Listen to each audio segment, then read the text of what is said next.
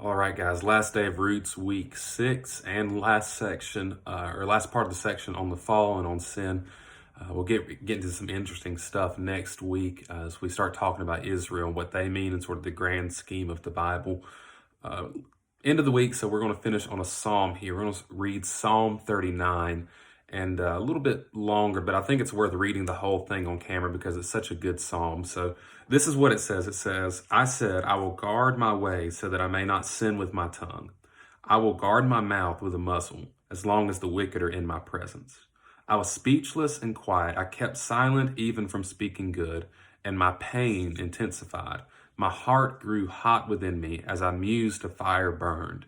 I spoke with my tongue, Lord, make me aware of my end and the number of my days, so that I will know how short-lived I am. In fact, you have made my days just inches long, and my lifespan is as nothing to you. Yes, every human being stands only as a vapor. Yes, a person goes about like a mere shadow. Indeed, they rush around in vain, gathering possessions without knowing who will get them. Now, Lord, what do I wait for? My hope is in you. Rescue me from all my transgressions, and do not make me the taunt of fools. I am speechless. I do not open my mouth because of what you have done. Remove your torment from me, because the force of your hand, I am finished. You discipline a person with punishment for iniquity, consuming like a moth what is precious to him. Yes, every human being is only a vapor.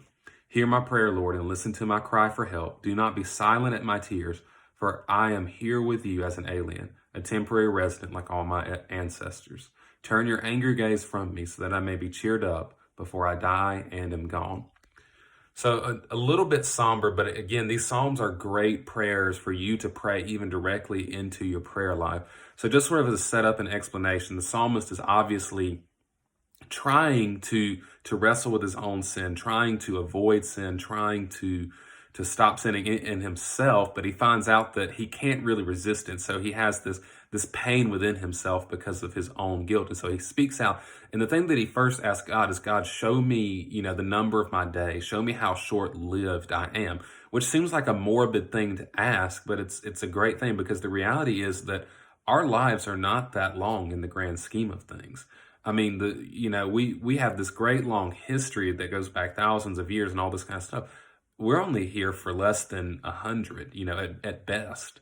And we really don't live that long. Why don't we live that long? Well, because the wages of sin is death. The reason we die is because of sin and because of the bad things that we've done against God. I mean, that's why everybody dies. We're all under the punishment of God because of sin. And so it's worth wrestling with the fact that, I'm not going to live forever, because you're not going to live the right kind of life. You're not going to live the best life as if you just live your life as if you're going to go on forever.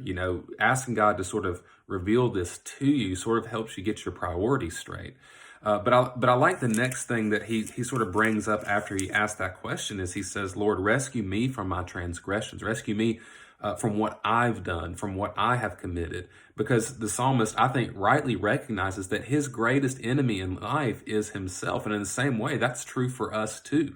Our biggest struggle will be controlling ourselves. And we need God's help to overcome our own sin and to overcome the temptations that we face day in and day out. And so if you want to live, the Christian life, if you want to live for God, if you want to get right for God, you're not going to get there on your own.